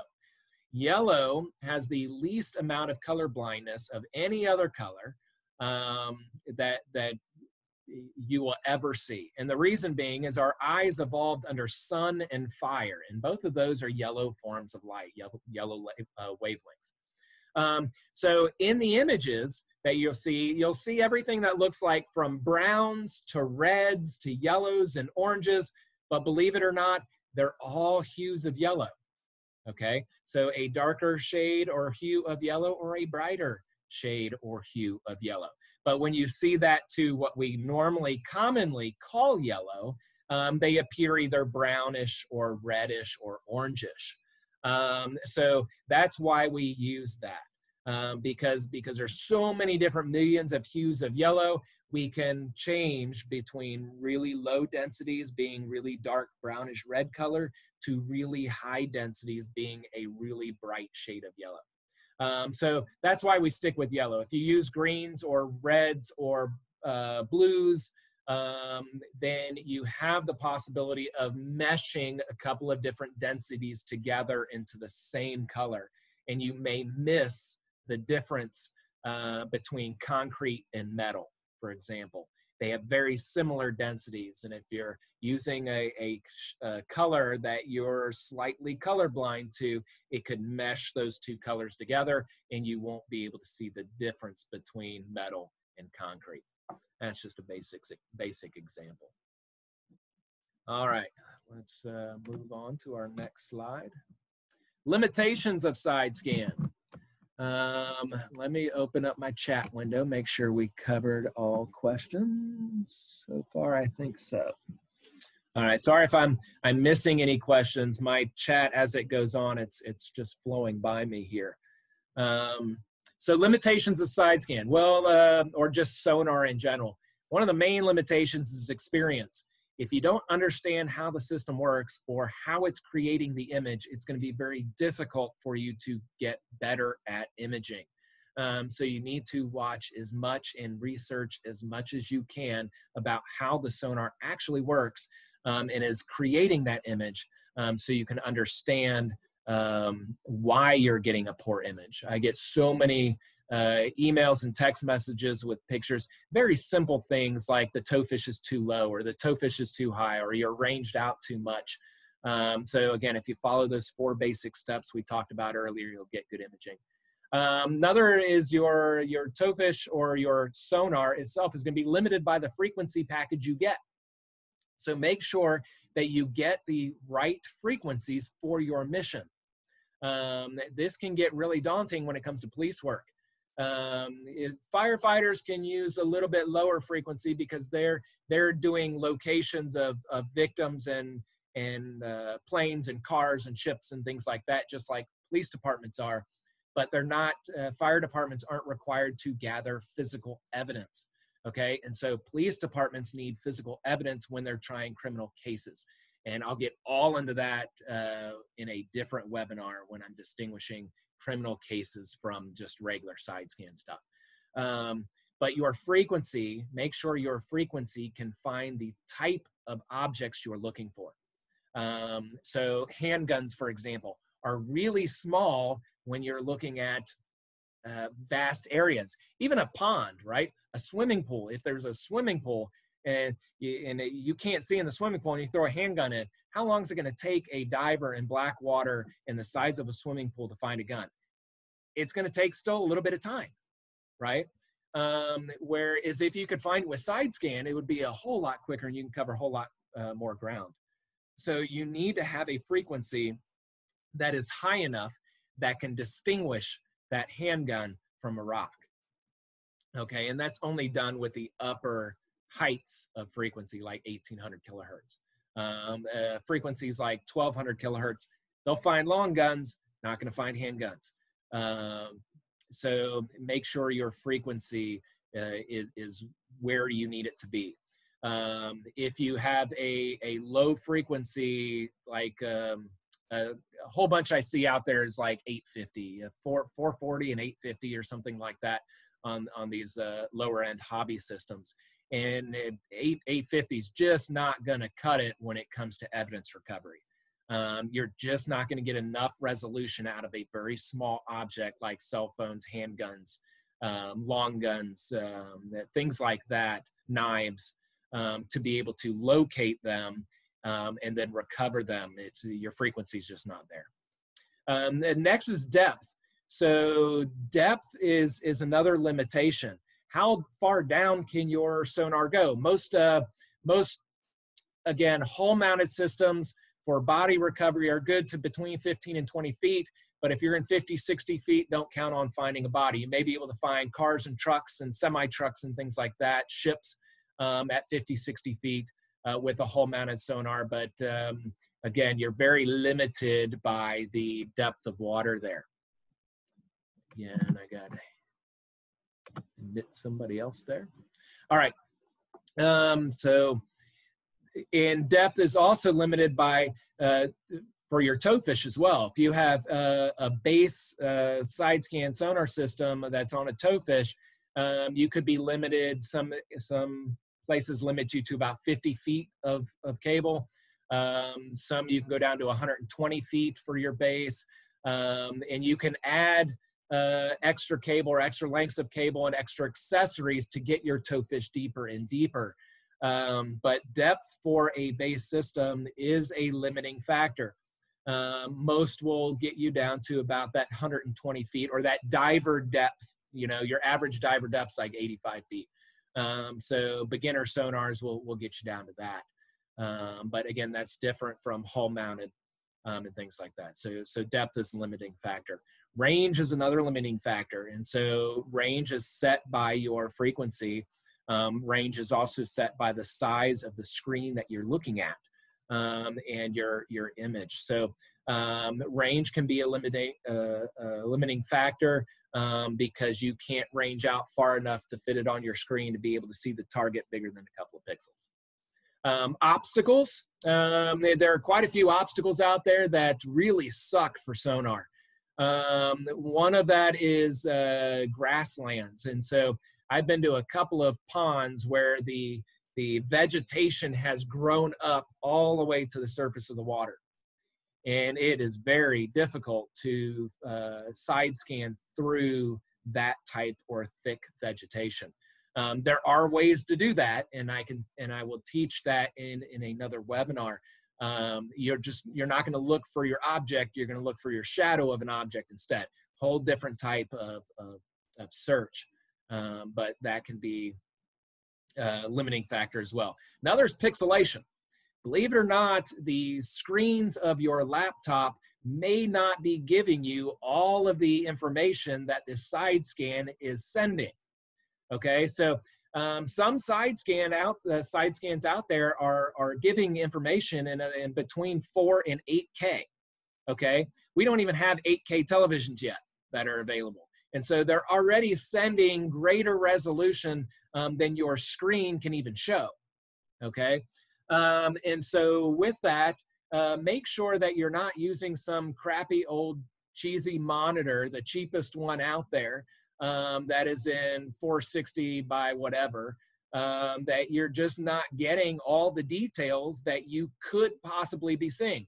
Now, right here in front of me, I'm talking to you on a Dell, and I won't give you which model it is, but it's got a crappy screen, right? It's a cheap computer that we bought so I could travel around the world with and not have to worry about if I break it. But when I do all my graphics work and interpretation work, I do it on my Mac, and because my Mac has that retinal screen. And so the image quality difference between my Mac and the Dell is amazing, and it's only because of the pixelation of the screen. So take a look at some different monitors out there and see what gives you the best resolution, because you may be missing out on some of your side scan information. Good check for that is if you have an iPhone or an iPad or an Android that has a really good photo screen. Send your pictures to yourself. Take a screenshot of your imaging and send it to your phone and take a look at it on your phone. And if you're wowed by the imaging that's on your phone versus on your computer screen, it might be time to upgrade your monitor. All right, let's carry on. Mission planning. All right, so in mission planning, this is where people cut a lot of corners. It's amazing when I get involved with cases that are already ongoing, and how I do that is typically I'll get a phone call or a text 9 times out of 10 in the middle of the night, and somebody is on a search somewhere and they can't figure out what's going on with their sonar, and so they give me a call. My number and email will be at the end of this presentation, and y'all can call me as well if you have any issues or problems. But please only call me in the middle of the night if it's an emergency. And yes, body recoveries and things like that are emergencies. But anyway, so gathering intel is where a lot of people go wrong. They don't know really what they're looking for. And so they say, well, a car went off. Well, what kind of car? Is it a sedan? Is it a truck? Is it a semi-truck? Is it a van? What is it? What are we looking for? Gather as much information as you can before you go out. Another is weather conditions, okay? So figure out what the weather conditions are out there before you go, and what the weather conditions were when the incident happened. When the target went into the drink, was it affected by wind, current, depth, contour, all of that stuff? Because if the current was extremely strong, or the tide was going out when the body hits the water and they didn't drown as soon as they hit the water, but they're moving with the current, they're moving away from land, right? And then they drown, okay? And then you get the call, and now you get out there and the current's moving inland now, right? And so you start off over here, but you didn't realize that this is where the body went into the water, but they didn't fall in, or they didn't sink until they were over here. So if you knew the current conditions and the wind conditions at the time, you can make some calculations on where that object may be to give you a better understanding of where to begin your search. So with that being said, we will be, again, creating another webinar talking specifically about how to plan out your search and what different types of search patterns should you use. Main one everybody knows about is mowing the lawn, or what we call the parallel grid search. And there is a specific way to do that correctly. And most people don't follow it. They pretend to. They'll go out on the water and they'll set up their points and they'll try and start doing the parallel grid search, and then they get bored and they get frustrated because they're going back and forth at 3 knots or 3 miles an hour back and forth on these large areas, and they sitting and they feel like, well, maybe the body's over there. And so instead of finishing their search, they just start zipping all over the lake, and you end up with this whole big weird, and it just doesn't work. You're not going to find the body that way. You may, I mean, you may get lucky and come across it, but if it's, I don't know, 2 feet outside your search area, you know, or your range, you're not going to see it, and you've missed it. And now you've just zigzagged all across the lake, and it could be right next to where you were at. So following a proper search is another key. Type of sonar available. Make sure you know what sonars are available to you, and use that with your gathered intel. If the water's too deep for a hull mounted system, sorry, the hull mounted system's not going to see it, you know. So you need to make sure that you know if there is a towed system around that you can call on. Or is it that the area is too tight and you need a sector scan to get in there because you can't get your boat in, right? Make sure you know what sonars are available around you and from different agencies. And this is a good way to introduce yourself to agencies around you and to get that network communication open. Figure out what they got, let them know what you have, and how you can work those together regionally, so you can actually make a good impact in search patterns. Next in mission planning is the target size. And you need to be able to plan on and know what that target size is, the best of your ability. Next is coxswain's ability. Can your driver drive the boat, right? A good, easy way to do that is on a training day, you go out there, you set up your side scan, put it in the water, and try and drive a straight line, okay? The chart, if you can actually see the chart plotter down here in the imaging, and we can see our boat and the line. Now that coxswain there can drive a pretty straight line. How well can yours do? Okay, you got wind blowing you, you got current blowing you, your boat's gonna be at an angle, and you got heading versus bearing, and your boat's gonna be all over the place.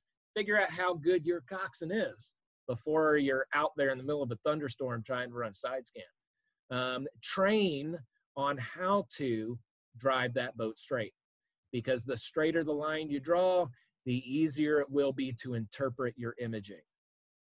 All right, next, we've already gone over determine frequency, range, and depth. Of course, that's part of our 4 key features. Remember what they are? Target, okay? What's after target? Frequency. Target determines frequency. Frequency and target will determine range. Frequency, target, and range will determine your depth. So you have all 4 of those key features that all need to play a role in getting your good imaging. All right, hopefully that covers everything here with mission planning, at least for this quick tutorial. And I say quick, we're already at 2 hours. So we need to kind of move along. Before I get into product, let me see if I have any questions. Let me scroll back here a little bit.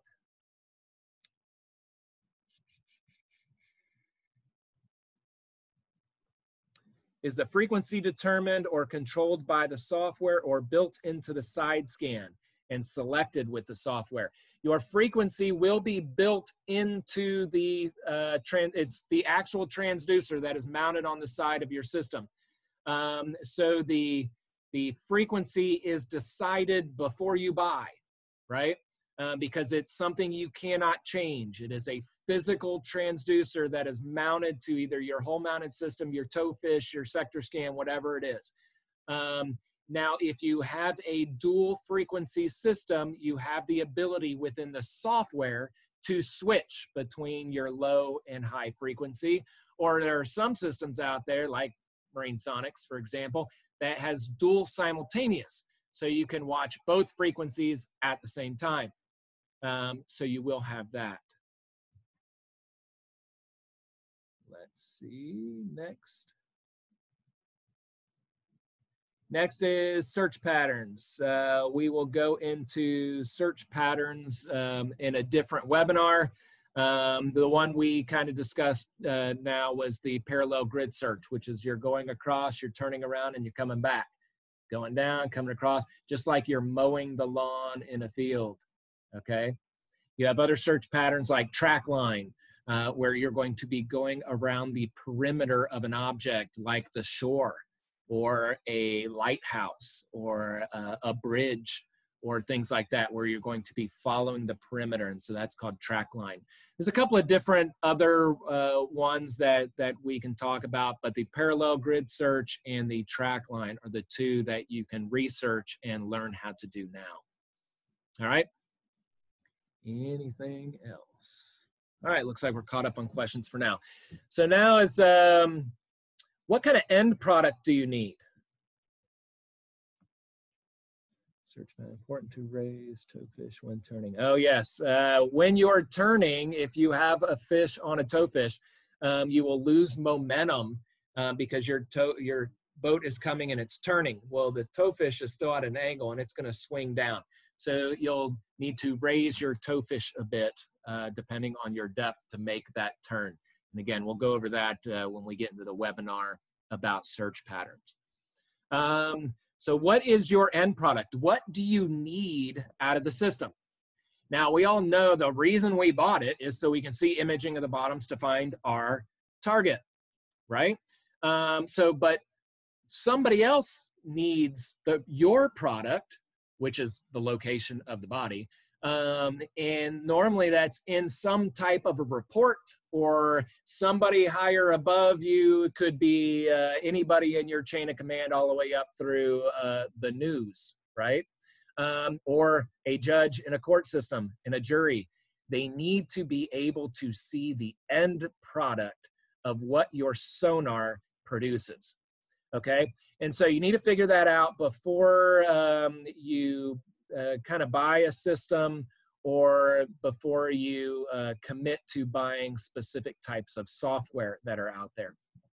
So our systems create, again, they're designed specifically for police, fire, and military.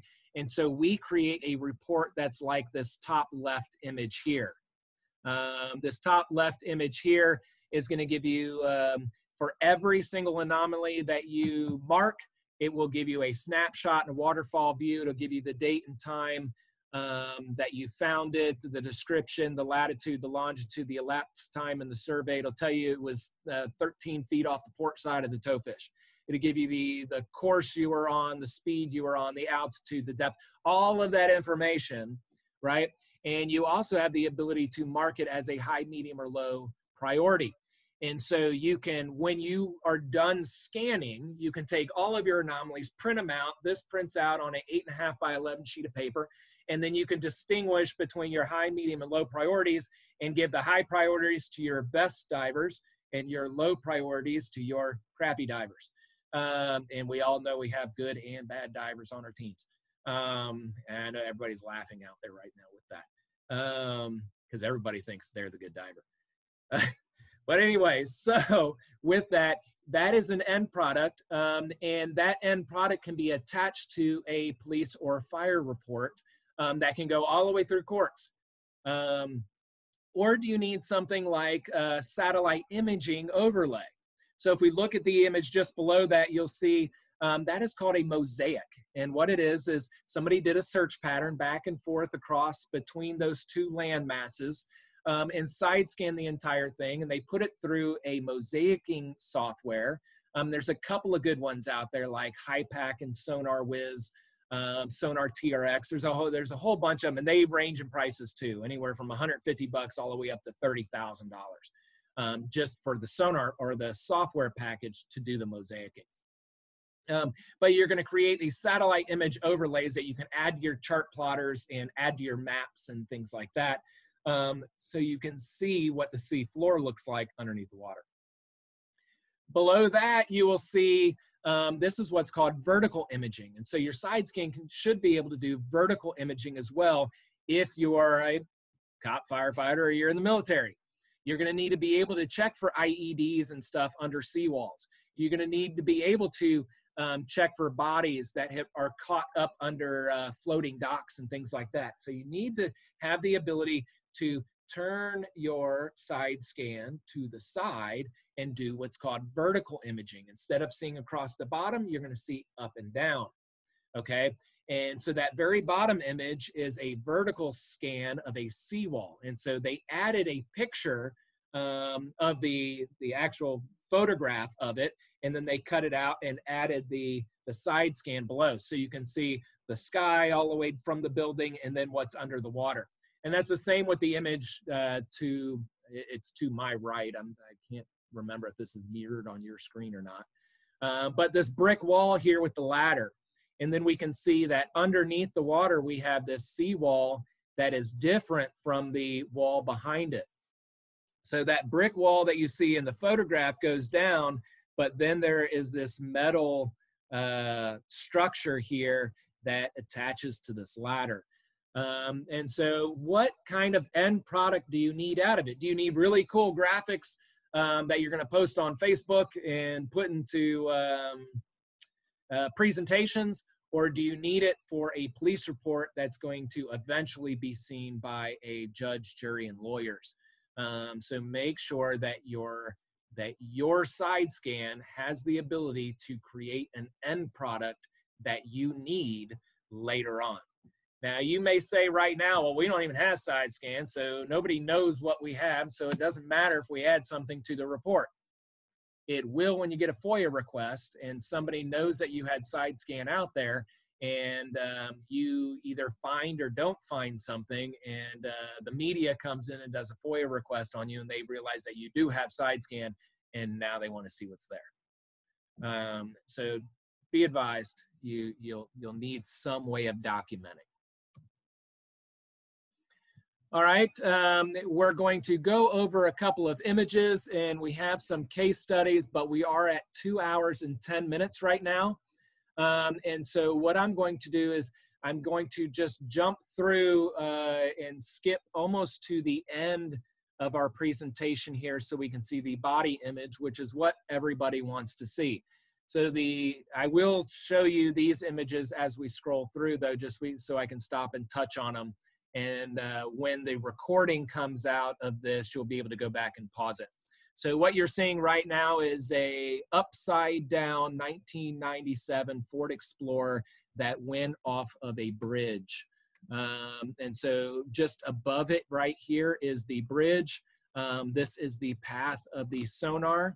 And the path of the sonar is going between the bridge structure. This is the base of it where there's a piling on either side.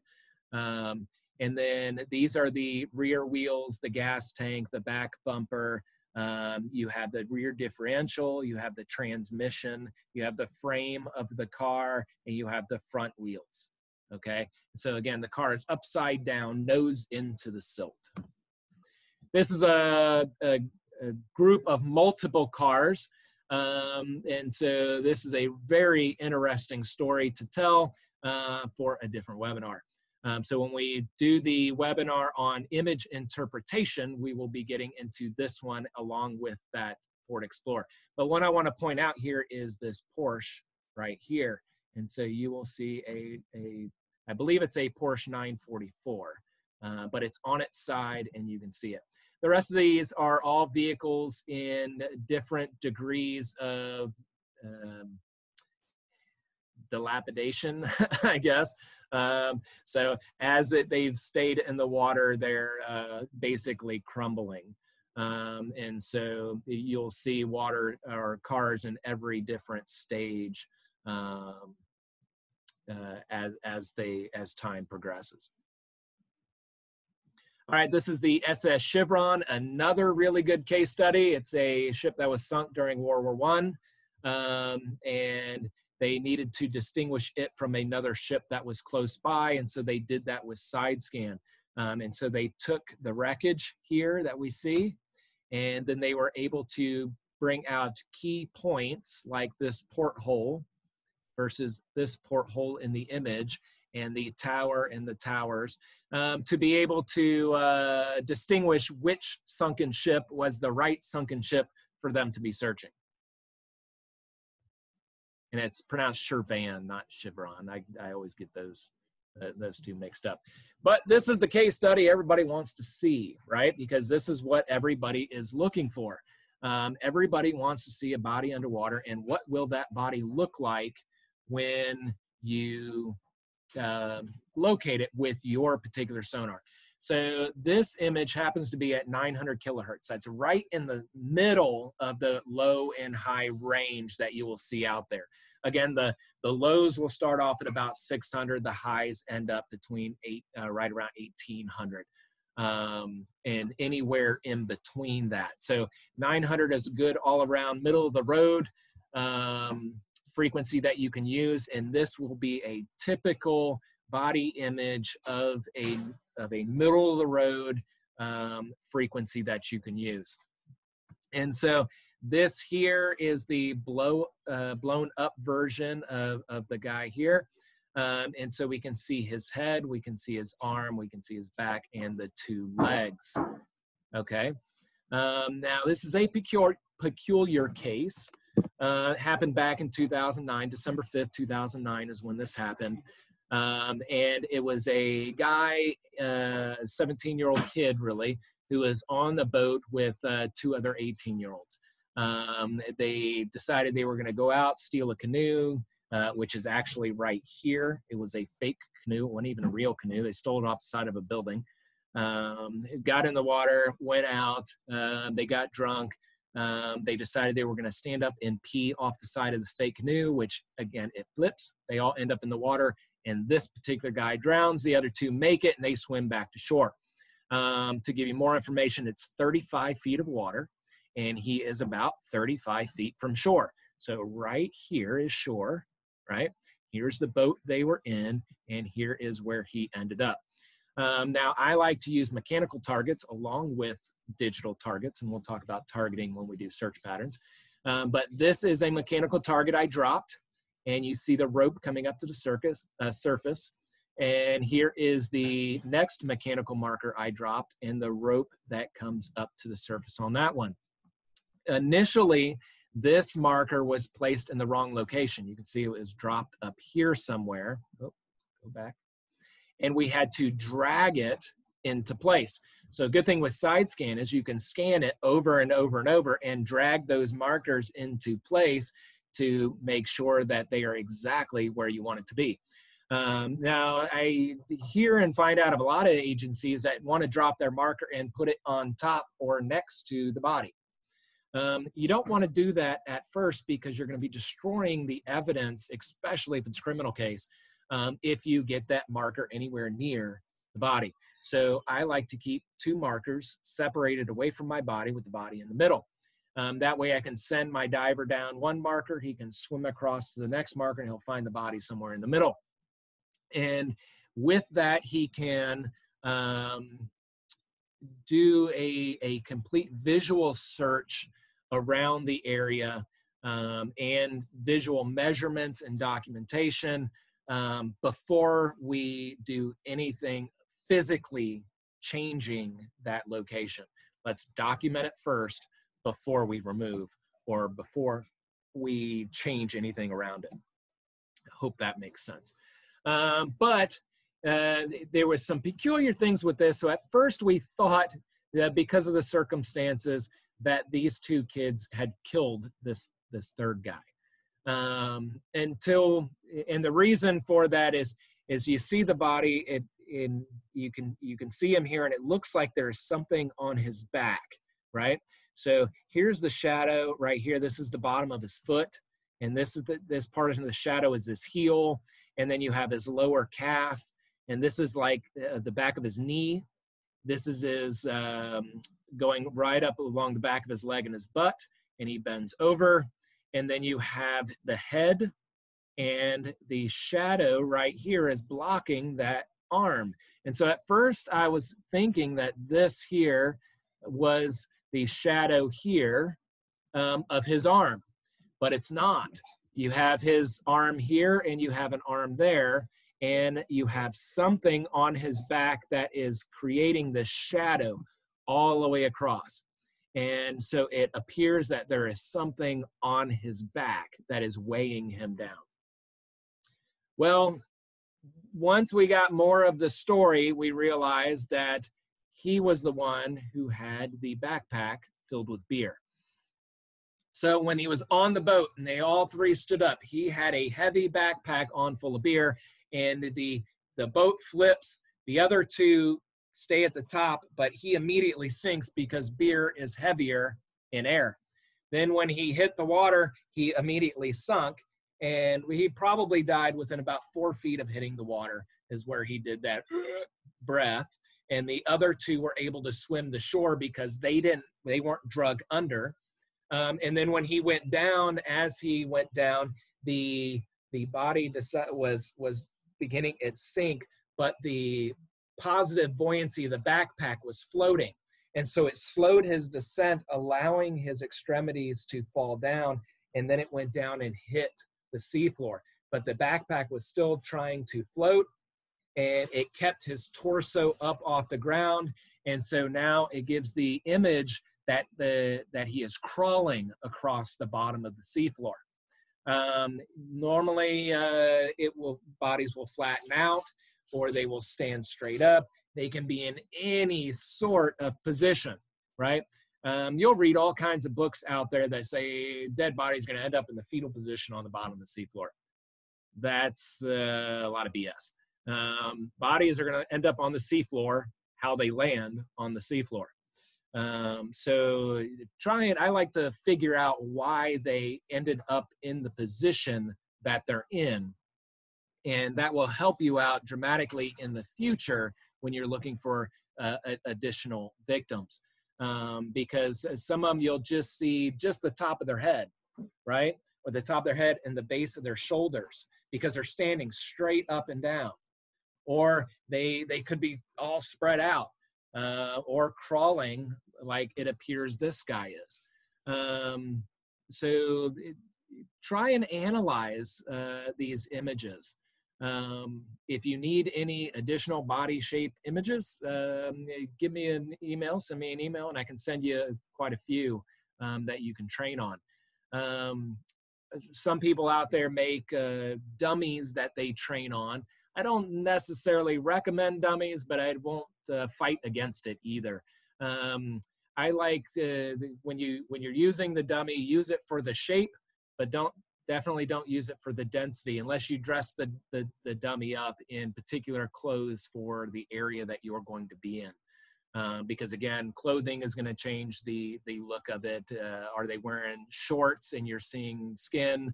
Or are they wearing a wetsuit? Or do they have a snow suit on, snow jacket, things like that?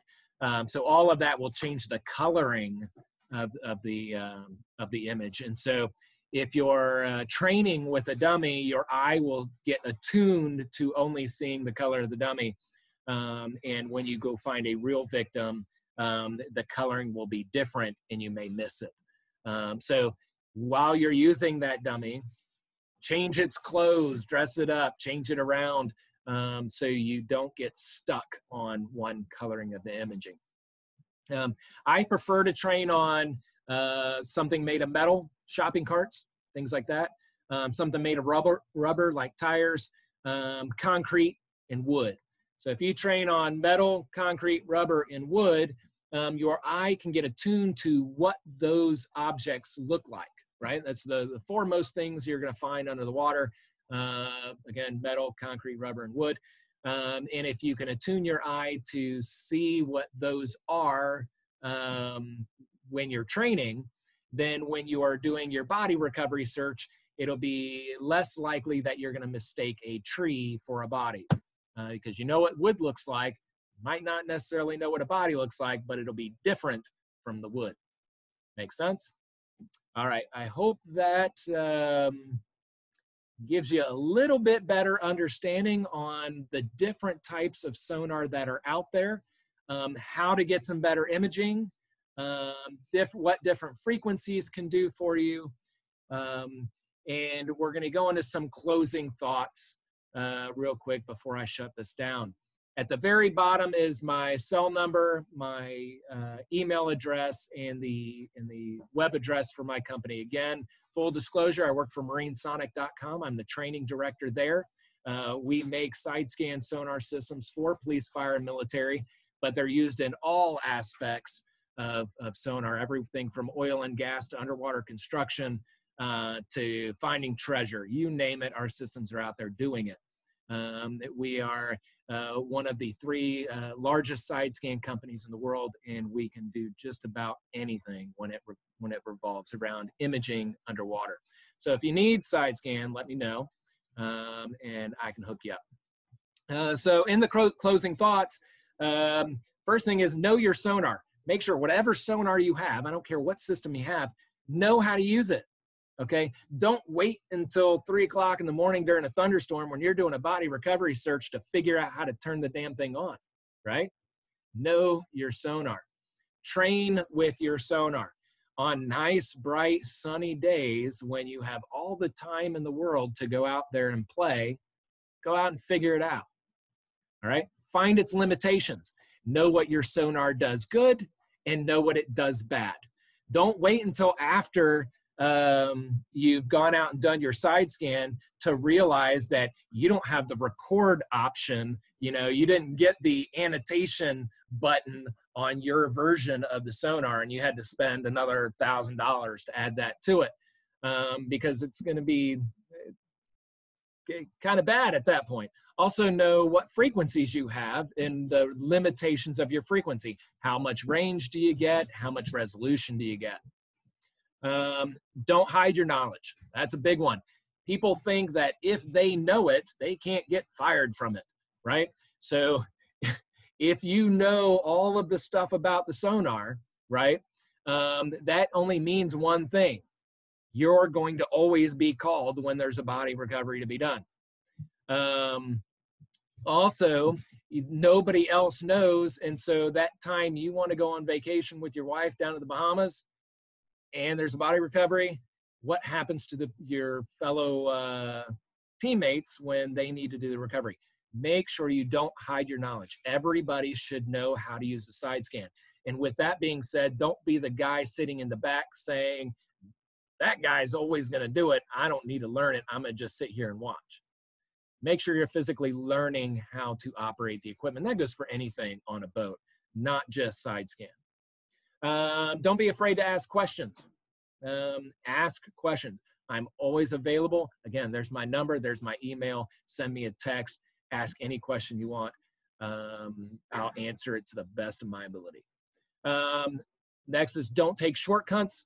Don't do that zigzag all over the lake. Set up search areas and conduct those search areas properly, so you can rule out an area versus saying it may or may not still be out there. Keep it up to date. Make sure that all of your technology, the computers, the software, all of that stuff is up to date. Most electronics out there, you can go to the website and download new versions of the software and update. Ours, it's free. You go to our website, you download it, you update it. About every 6 months, we add stuff to the software, whether it's fixes to glitches or we're adding new tools. So make sure you know how to update it and do that information. The more you the more you update it, the more you keep your computer up to date, the less failures you're going to have when you're out on the water. So again, I hope that has helped everybody out. I'm going to run through the questions real quick, and then we're going to sign off for the day. All right, let's see. I think we answered the search pattern questions. How do I measure an anomaly that's not lateral in the waterfall? Okay, so you can measure what's called height. And it really depends on if your sonar has the ability to measure height, or I should say the software has the ability to measure height. Measuring height of the sonar, or up and down towards you in the imaging, is going to be the Pythagorean theorem. You're going to measure a squared plus b squared equals c squared.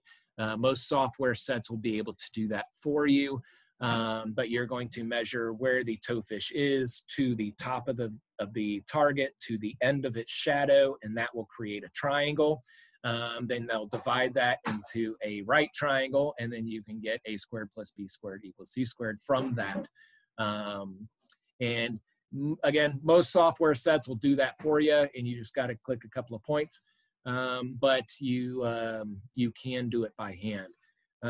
If you're talking about horizontally or vertically, you should have a measurement tool in your software where you click and drag, and it will give you the measurements. Measurements across track are more accurate than measurements along track. Along track is up and down in your waterfall, okay? And those pings are set by a GPS.